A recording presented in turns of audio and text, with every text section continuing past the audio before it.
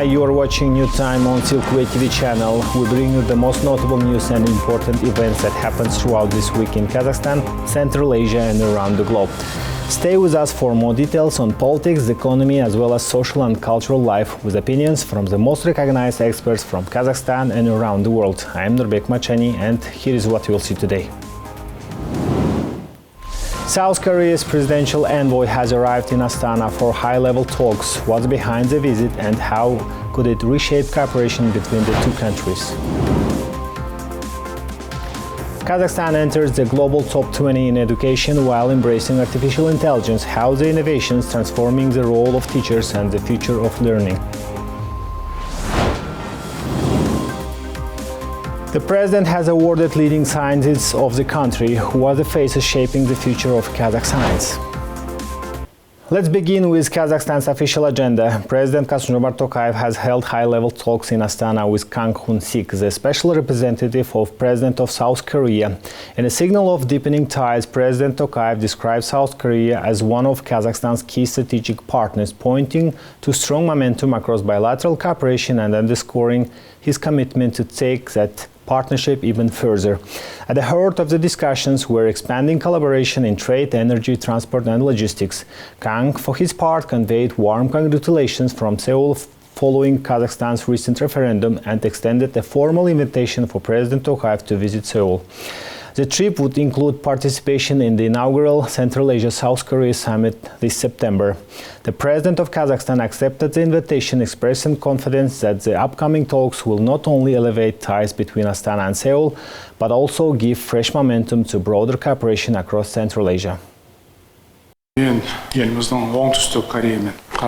I highly value our country's relation with South Korea and will make every effort to further strengthen them. We have great respect for the Korean people and therefore we believe that the future of our partnership is very promising. Your visit to our country as the special representative of President Lee Jae-myung is of great importance for further strengthening Kazakh-Korean cooperation. Kazakhstan is interested in expanding and deepening its enhanced partnership with Korea. Арадағы кеңейтілген стратегиялық серіктестікті жан-жақты дамытуға мүдделі. Kazakhstan's President Kassym-Jomart Tokayev is set to pay a visit to Uzbekistan. The agenda is expected to focus on strengthening the strategic partnership, expanding economic cooperation and deepening political dialogue between the two neighbors. High-level talks are planned as both sides look to push forward key bilateral initiatives. The last time President Tokayev visited Tashkent was in November 2025 during a state visit that marked another milestone in relations between the two countries. This upcoming trip is expected to build on that progress and further reinforce one of the Central Asia's most important partnerships. Kazakhstan and Uzbekistan share a dynamic and growing trade relationship anchored in complementary economies, cross-border investment and a shared vision for regional development. From energy to agriculture to manufacturing and technology, the two countries are finding new ways to expand cooperation and drive mutual growth. To give us an expert perspective on that current state and future prospects of this partnership, my colleague Baljan Samigulina talked to the Khusravkhon Islamkhojaev, the head of the International Department at the Ministry of Investments, Industry and Trade of Uzbekistan. Please watch a fragment of the conversation.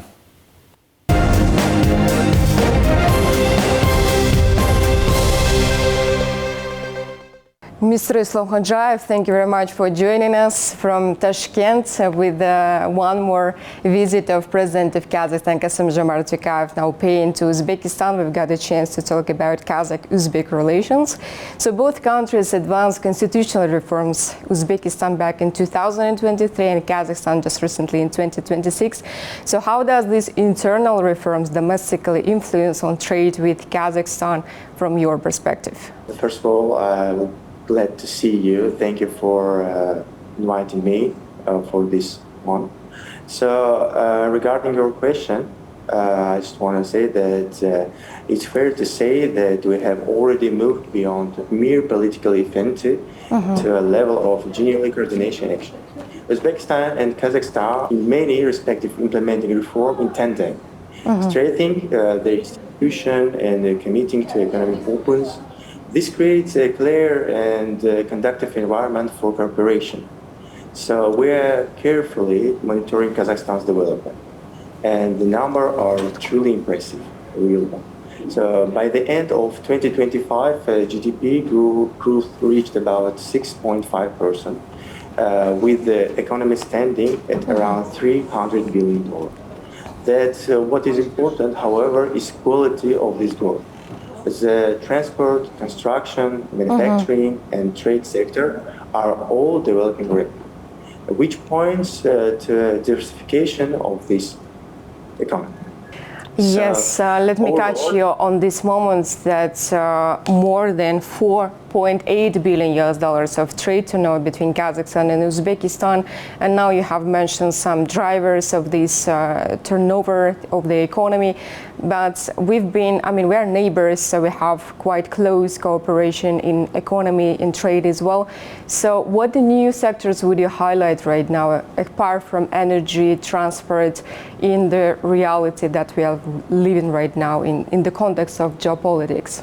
Sure, the structure of bilateral trade is greatly changing. And this is one of the key qualified shift in Uzbek-Kazakh cooperation. The main thing is that this packaged up concerned numbers. Alongside trading supplies of raw materials and agricultural produce sectors with high added value are being to play our increasingly satisfaction role. For example, there are projects underway involving the assembly of motor vehicle, the development of textile clusters, and the processing of agricultural raw materials. As a result, the countries are moving away from simply trade toward the creation of joint products. The second area is transport and logistics. Specified steps are being taken, develop international transport corridors, modernize border crossing, and establish cross-border trade zones. This is already helping to speed up delivering reduced costs and increase the volume of mutual trade. The e-permit system has already been introducing and implementing. It's in use between Uzbekistan and Kazakhstan, with the application being gradually expanded. So this involves in transport from papers permits to electric exchange in the field of international road transport. The first transaction in this system has already been carried out, and today it's used to certain categories of transport. It's like gradually replacing traditional mechanisms. Kazakhstan and Uzbekistan are big supporters of C5+1 formats, and both countries actively engage in multilateral platforms. What do you think the countries can propose to the outer world when cooperating with other states in the format of C5? So now that the key element of this new form can be used in Central Asia International Center, Industry Cooperation, which is being established directly on the border between our two countries. During the last meeting, Minister of Industry, which was held in Uzbekistan in November, with another Minister of Industry, Central Asia countries, we agreed that we will building mechanism and starting producing some products on the brand of Made in Central Asia. It will be one product which will produce, doesn't matter in any Central Asia countries, but they will consist of raw materials which will imported in other neighborhood countries. Could you elaborate what kind of products will be produced under this label of Central Asia? Some examples. It doesn't matter. It can be started from textile production to some building materials. Doesn't matter. For now, we are held in the process of dialogue, negotiation between our countries.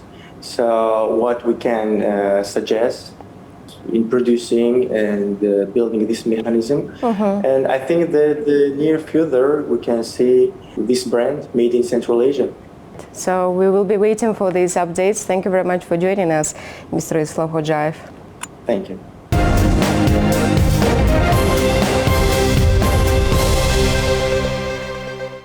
Tomorrow, on April 12th, Kazakhstan celebrates Science Workers' Day, honoring the dedication and achievements of the country's researchers.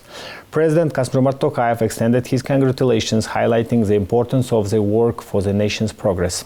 Building on this, we explore what projects Kazakh scientists are currently developing and how digital technologies and AI are accelerating their discoveries.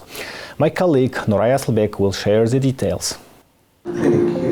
From lab research to real-world application, medical robotics is one of the fields where Kazakh science is already delivering results. At Nazarbayev University, researchers are developing robotic systems for rehabilitation, combining engineering, medicine and artificial intelligence. Сегодня мы говорили о нескольких проектах в рамках созданного центра компетенции в области исследований медицинской робототехники.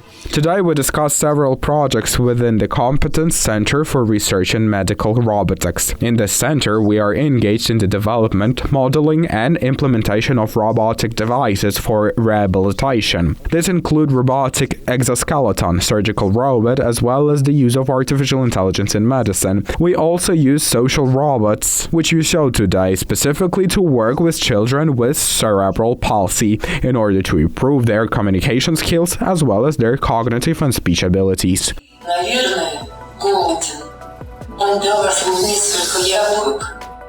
Don't let its size fool you. This is Cutie. Hello, my name is Cutie. A robot designed to support children with cerebral palsy in developing cognitive, communication and social skills.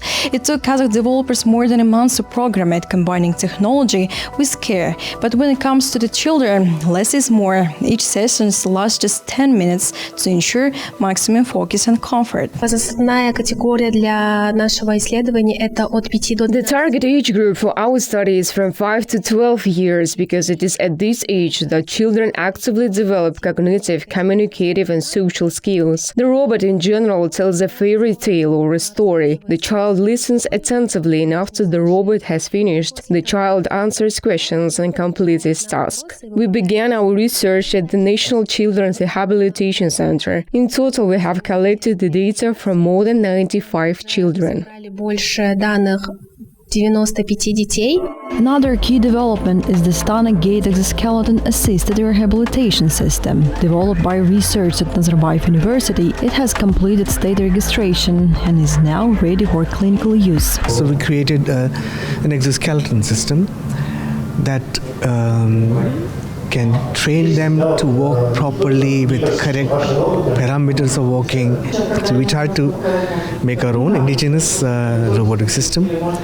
And the good news is, it costs less than 1/4 this robot system to provide personalized training to people. We use a lot of artificial intelligence and machine learning that enhances intelligence of the robot, making it more personalized.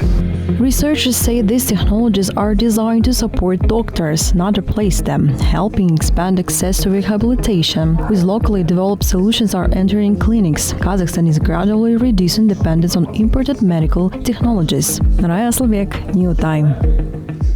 And now to the main world news this week. The United States has suspended attacks on Iran for 2 weeks following consultations with Pakistan on conditions that unrestricted passage for ships through the Strait of Hormuz is ensured. For the same period, this was announced by US President Donald Trump on Tuesday on the social media platform Truth Social. In his statement, the American president referred to a request from Pakistan's Prime Minister Shahbaz Sharif to, quote, hold back the destructive force that was heading toward Iran. In turn, according to the state news agency Fars, Tehran has confirmed its readiness for truce, claiming that Iran achieved a great victory over the United States by making Washington accept its 10-point plan for full end to the war instead of the short-term ceasefire. Let me remind you that Iran had previously conveyed this plan to the United States via Pakistan. Among its provisions are the lifting of sanctions on the Islamic Republic and the introduction of fees for ships passing through the Strait of Hormuz. In response to the breakthrough, the president of Kazakhstan, Kassym-Jomart Tokayev, praised the diplomatic efforts behind the agreement, brokered with the help of Pakistan's Prime Minister and the country's Chief of Armed Forces. Speaking through his press secretary, Aybeck Smadyarov, President Tokayev said the agreement was made possible thanks to the goodwill of wisdom from US President Donald Trump, Iran's top leadership, and all countries involved. He expressed hope that the truce would be long-lasting and support global trade and economic growth. OPEC Plus countries have agreed to increase oil production in May by 206,000 barrels per day. This follows as a joint statement released Sunday by 8 countries: Russia, Saudi Arabia, Iraq and UAE, Kuwait, Kazakhstan, Algeria and Oman. Earlier, Reuters, citing sources, reported that the production increase is intended to signal the global market willingness to further ramp up oil output. In particular, Kazakh energy expert Askar Ismailov says that the higher May quotas are expected to help stabilize buyer sentiment in the oil product market amid the blockade of the Strait of Hormuz and the conflict involving the United States, Israel with Iran, which has already led an energy crisis. Let me remind you that the group had already begun unwinding deep production cuts introduced in 2025 before pausing early this year. Now, with pressure mounting, OPEC Plus appears to be cautiously stepping back in. У нас сейчас основной фактор сдерживающий — это все-таки транспортировка, логистика. Вот, поэтому с учетом того, что там большинство стран, которые собираются... Right now, the main factor holding everything back is still transportation and logistics. Most of the countries planning to significantly increase output are located in the Persian Gulf, and the issue with the Strait of Hormuz remains unresolved. The 20,000 barrels per day that the market used to receive from the region are now being supplied by other producers, which is a major concern for OPEC+. Accordingly, these statements are aimed at reclaiming and refilling that market with their own oil. However, until the transportation issue is resolved, there will be no real return or benefit from increasing production. Пока не решится транспортная проблема, вот, скажем так, отдачи и выгоды от этого увеличения никакой не будет. Central Asia continues to strengthen its position on the global stage, from new space tech partnership and investment platforms to growing ambitions in international sports and security rankings. This week saw several key developments reflecting both regional cooperation and national progress across multiple sectors. These and other stories are coming up in our weekly review. My colleague Almir Amirov joins me in our studio. Almir, good evening. What stood out this week? Good evening, Nurbek. It's been quite a dynamic week with important developments ranging from space technology and international investment initiatives to sport diplomacy and security achievements. Let's take a closer look.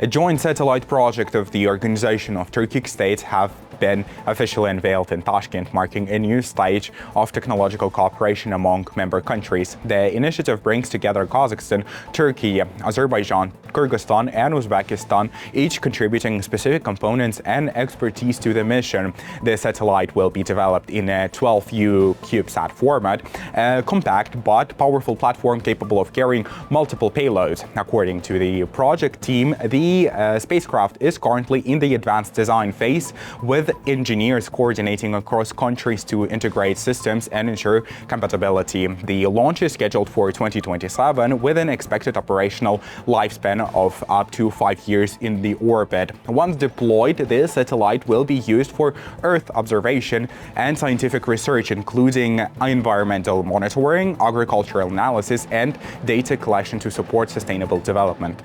Kyrgyzstan has officially submitted a bid to host the AFC Asian Cup, aiming to bring one of the Asia's largest football tournaments to the region. The proposal was prepared by the National Football Federation and submitted to the Asian Football Confederation. According to officials, the bid highlights the country's growing sports infrastructure and its ambition to position itself as a regional hub for international competitions. The tournament, if awarded, would involve multiple host cities and require significant upgrades to stadiums, transport systems, and fan facilities. At the same time, the bidding process remains uncertain. The Asian Football Confederation has temporarily suspended the evaluation of host applications amid ongoing discussions with FIFA over possible changes to the global football calendar. Despite this pause, experts say Kyrgyzstan's initiative reflects a broader regional trend. Central Asian countries are increasingly investing in sports development and competing to host major international events, aiming to boost tourism infrastructure and global visibility. In Washington, the U.S.-Uzbekistan Business and Investment Council has officially launched, marking a new step in strengthening economic ties between the two countries. The inauguration ceremony brought together high-level officials and business representatives from both sides. The council is co-chaired by Saida Mirziyoyeva, head of the presidential administration of Uzbekistan, and Sergio Gore, the U.S. Special Envoy for South and Central Asia. According to officials, the platform is designed to strengthen direct ties between entrepreneurs and create a solid institutional foundation for joint business initiatives. The launch of the council was accompanied by the signing of a memorandum of understanding outlining priorities for future cooperation. Participants emphasized that the initiative reflects a growing level of trust and strategic partnership between the United States and Uzbekistan.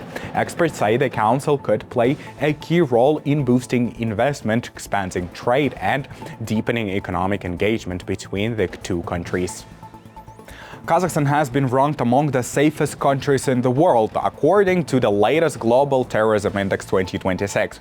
The report shows that the country recorded a near-zero risk level with a score of 0.0, indicating an almost complete absence of terrorist activity.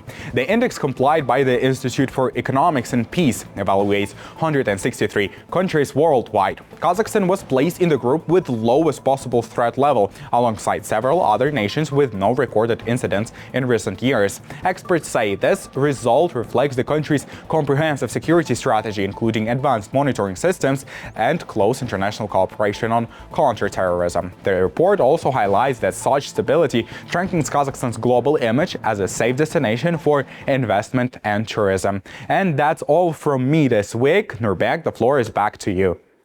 Thanks, Almir, and we continue.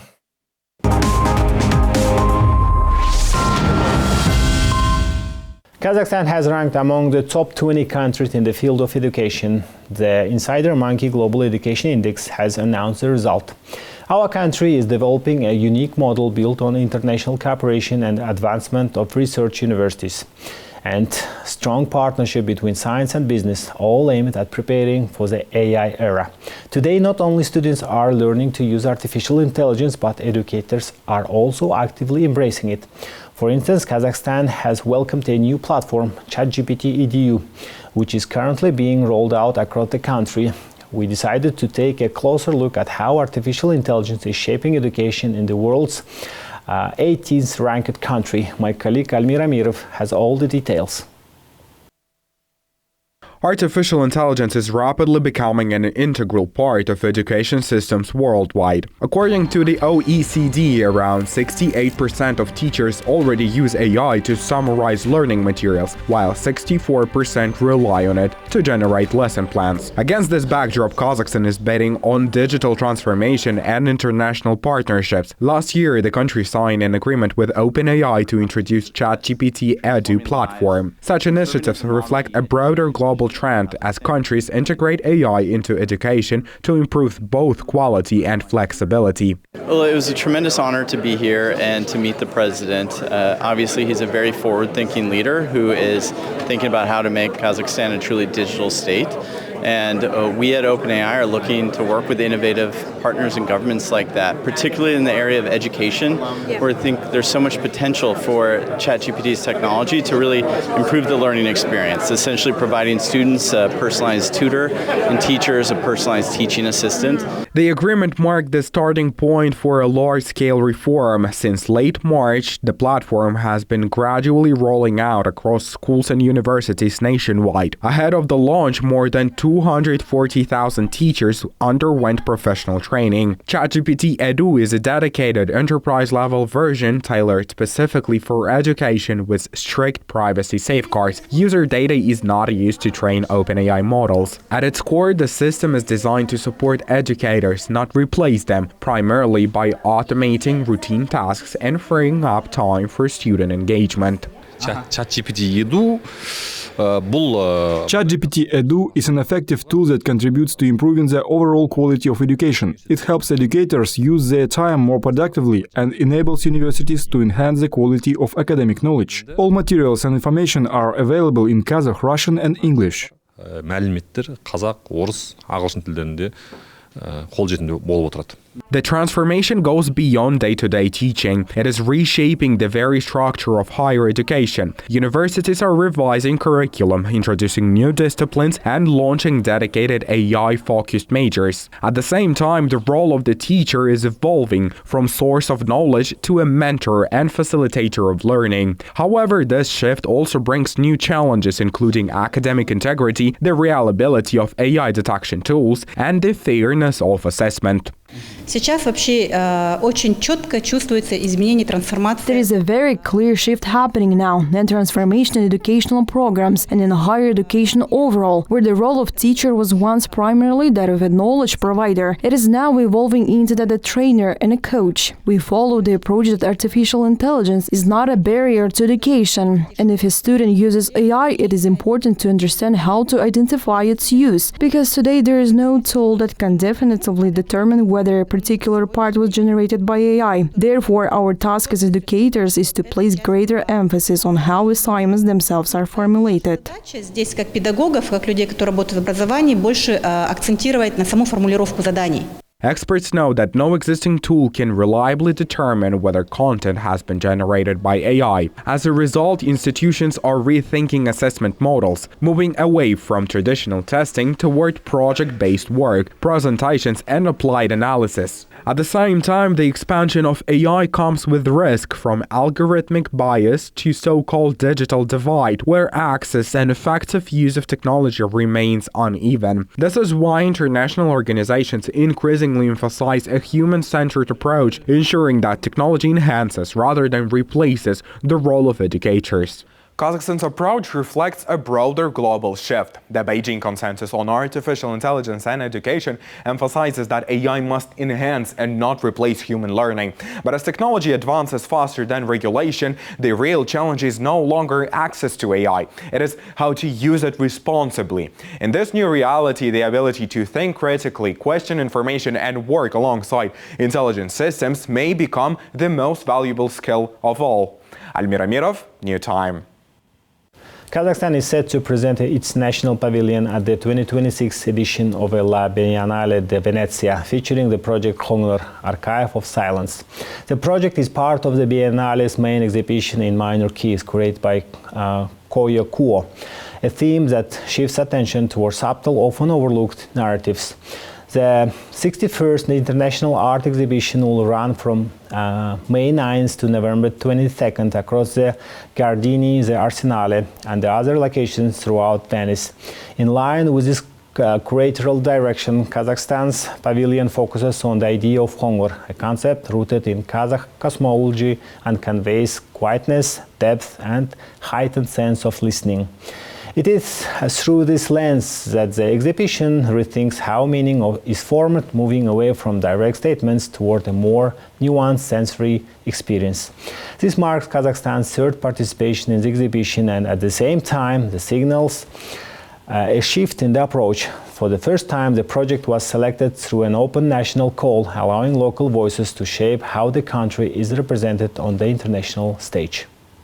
Биылғы тақырыбымыз мысал үшін in minor case болса, This year's theme, for example, is in minor keys. It focuses on work that exists in the background, pieces that have been overlooked or pushed aside, and voices that haven't been heard, often overshadowed by dominant capitalist narratives. The concept is about bringing those people who have remained in secondary roles to the forefront. Overall, I invited around 20 artists whose work I felt aligned with my concept. The process started around November, and now we've been working on it for over 3 months now. now. From that group, we selected 10 artists who are ultimately taking part in the project. Сол суретшілердің ішінен іріктеп 10 суретші қатысып отыр. World-renowned Kazakh opera singer Maria Mudryak has been appointed an official friend of UNICEF. A ceremonial event marking her appointment was held in Astana this week. That I signed today to appoint you our friend of UNICEF. So this is your appointment. Thank you. The decision follows her active support of last year's UNICEF charity gala dinner, which raised over $600,000 to strengthen mental health support systems for children and adolescents in Kazakhstan. The status of UNICEF friend is granted to prominent public figures, including artists, athletes, and civic leaders, who help raise awareness of children's issues, promote child rights, and support humanitarian and social initiatives.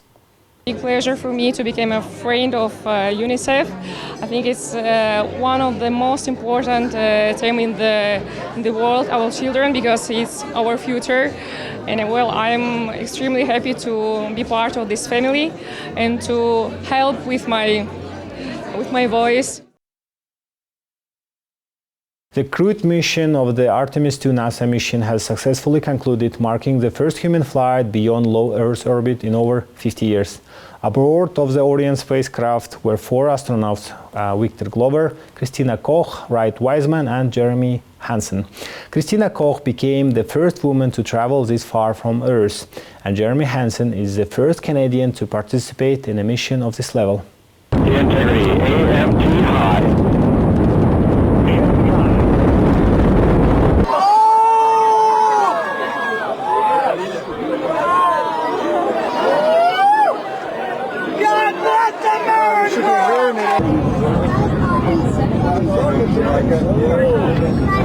The crew completed a lunar flyby, including a historic view of the moon's far side, reached the record distance of 400,000 kilometers from Earth and returned along a free return trajectory designed for maximum safety. The mission also collected unique images of the moon and deep space, which will be valuable for both scientific research and educational programs. During 10-day mission, the life support, navigation, radiation shielding, and the heat shield for the atmospheric re-entry were thoroughly tested. The flight also served as a test of communication and navigation in regions where direct contact with Earth is not possible. All the data and images gathered will serve as a foundation for the Artemis IV moon landing mission, which aims to land astronauts on the lunar surface.